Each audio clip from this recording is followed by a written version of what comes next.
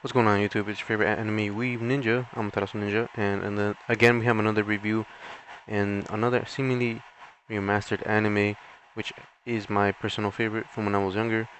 And again we have episode 4, so we're going to be reviewing that. And if you haven't checked my other anime analysis videos where we talk about anime as they air, and essentially you choose whether it's worth a watch or not. And with that being said, just get right into it.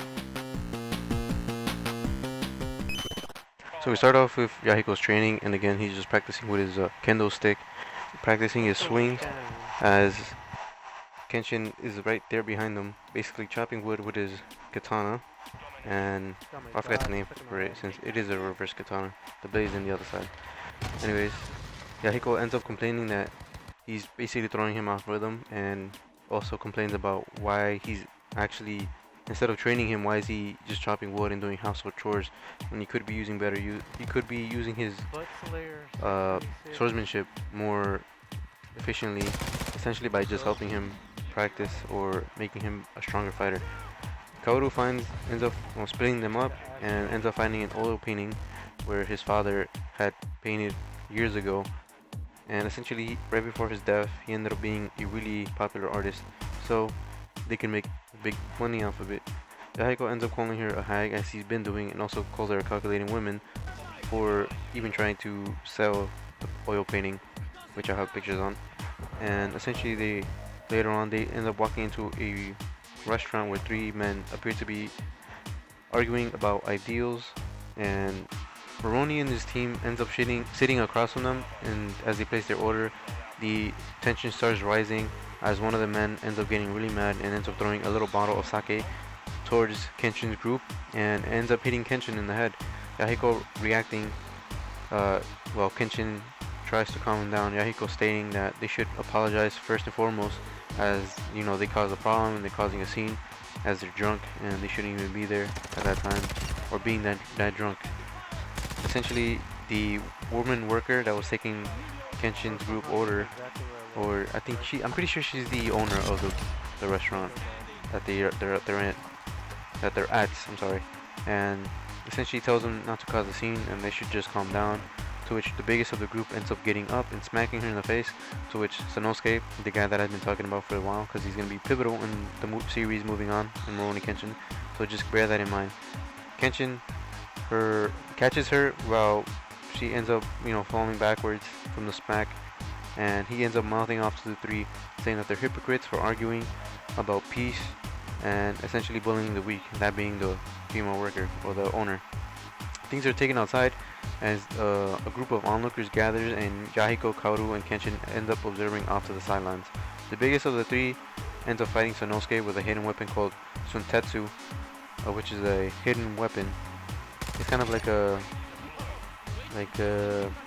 what's the best thing to describe it? I guess it's just like a little metal piece, right? It's like a rod, not barely like the size like of an inch, maybe 2 inches, and you basically hide it in your palm, and as you throw punches, it like the tip of it pops out from in between your fingers, and essentially it's like a blunt weapon. It's not sharp or anything, but again, it's just to cause more damage. So they end up calling them out for it, and they're saying, yeah, but it's a hidden weapon, so it's kind of like a fair fight, I guess. I don't know, something about, for some reason they just end up like moving along with it. Anyways, it has no effect as he strikes him right in the forehead of Sanosuke, and the Shuntetsu is basically shown being lodged in the big man's palm, and Sanosuke essentially takes him down with a finger to the flick to the forehead, because he is incredibly strong, as you'll see later on. Even if you see this episode, you'll understand why. One of the other two men draws his sword, to which Kenshin reacts immediately, getting behind him and saying he won't hold back if he proceeds, essentially like if he draws his sword all the way. And he basically ends up correcting them, saying that if they want to correct the government, they should end up correcting themselves before they can even do that. Sanosuke points out to Kenshin that he actually dodged after the fight. This is after the fight, essentially. And Sanosuke points out that Kenshin ends up dodging the tiny sake bottle, sorry. And essentially he So he ended up, moving back so that he'd take the hit to protect Kaoru. As if he didn't, surely Kaoru's face would have been covered in blood as she would have been cut from the bottle. So essentially, Kenshin ended up taking that hit to protect one of his members, or one of his group. Sanosuke challenges Kenshin immediately after, as he refuses and he walks off. Sanosuke walks off, and the worker says that he actually never ended up paying. So, I'm assuming that Kenshin and his group ended up having to pay for him. Otherwise, what's the point? So Sanosuke is then hired by two men from episode 1, which, if you guys didn't watch that, essentially this group is there's two brothers who end up trying to take Kaoru's I was gonna say mansion, but that's not it. Their dojo, and they want the dojo so that they can make more money off of it and stuff. And yeah, so they're back, and they hire Sanosuke to essentially kill Kenshin, as Kenshin is the one that defeated them in the first episode. That was basically his introduction. After 2 weeks of them hiring Sanosuke and not hearing from him, one of the two brothers ends up kind of mocking him and kind of pretending to be him, as Sanosuke ends up walking in on the middle of him, trying to pretend like he's him, and essentially just bullies the older brother. I think he actually is the younger one, but he's bigger. Anyways, Sanosuke then reveals that he's essentially gathering information and preparing for the fight with Kenshin, and basically just trying to review his history. And essentially he couldn't really find anything other than the fact that he was a Ronin, a very powerful Ronin indeed. And essentially, he changed his life. He goes by the name of Kenshin now, and essentially he doesn't want to kill anyone, to which it kind of bothers him, it baffles him, because here is this strong, powerful samurai, or ex-samurai, now is Ronin, and essentially, someone who's killed countless times without mercy, and in a cruel war, during a cruel war, and essentially now he's just living a life of peace and without trying to really hurt anyone at all, and fights for peace without killing anyone, again, like I stated. So it kind of baffles him, and to the point where he wants to know about it, so he just kind of ends up challenging him straight on.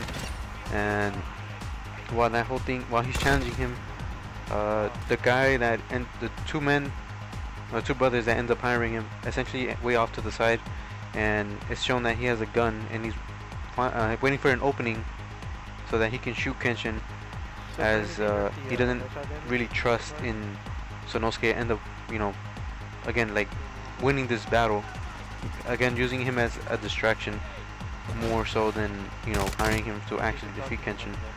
Kenshin senses their presence after some exposition of how Sanosuke actually wants to fight Kenshin for himself, seeing as he's one of the strongest sword fighters, and basically wants to test his might. Again, Kenshin senses both their presence, and essentially both of them tell them to reveal themselves, that being Kenshin and Sanosuke. And Sanosuke essentially destroys the gun with his bare hands, and immediately after they head for the riverbank, as they need more space for the battle, which essentially I agree with, because the potential damage that they can cause is immense.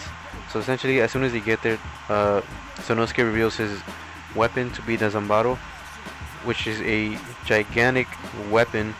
Essentially was created to kill an enemy on horseback, killing both rider and the horse simultaneously. But again, you need a lot of strength to even wield it. And immediately the battle commences, and Kenshin essentially knocks him back with one blow, but Sanosuke, again being super tanky and resilient, and being and also another great fighter, ends up just taking the whole hit and shows off his immense strength, and they prepare for the next fight. And essentially they end off the episode saying the last one to stand, or the last one to fall, is essentially the winner, to which they get ready for the next episode, in which they fight. And again, it's going to be the end of the episode, and essentially it's basically what I just told you in the last few episodes that we've been following the series, especially the Rurouni Kenshin ones. it's gonna be quite some time until Kenshin, finds a worthy opponent, and this is one of the first instances in which he does find someone worthy. So I'm curious to see how they're gonna animate these fights. So far, we haven't been able to see the animation or choreography in fights because, again, Kenshin, being a strong sword fighter, essentially just defeats everyone in one hit. And now that, again, we have Sanosuke, which is somebody who's strong and worthy for him to actually show some of his moves. I'm curious to see how they're going to animate it and just how great this anime series or reboot can actually go far in. So again, as I stated in the second episode, when I made the video, there was actually a tournament arc which never got animated, sadly, in the original one. The original one having 3 seasons full of, I think the second season was full of fillers, majority of it. So hopefully it doesn't go too much into fillers, since the manga is basically done. They have all the manga to animate and essentially not do any fillers, which I believe that they're probably gonna end up doing some beach episodes or whatnot. I wouldn't doubt it. They still have some fillers to do, but again, I'm just curious to see how this ends up, and hopefully you guys are too. Hopefully you guys are watching it, giving it a try. Again, create the art from the artist, like separate it, because we all know what happened, and if you don't know, I suggest you watch that shit for yourself. But with that being said, hope you guys don't let that bring it down too much, and give the anime a try, because it is a good one. It is a masterpiece from the, really old time. If you grew up in the 90s, watching that shit in Toonami, whether it's weekends or on a Friday, it was just a pleasure, a guilty pleasure of mine to even watch. And again, hope you guys give it a try. And with that being said, hope you guys have a wonderful day. As always, you beautiful, beautiful human being. Follow me on Twitch. I'm a Ninja, spelled out the exact same way. Easier if you spell it in all lowercase. So with that being said, I hope you guys have a wonderful day. And as always, I'll see you in the next video. Peace out. Deuces.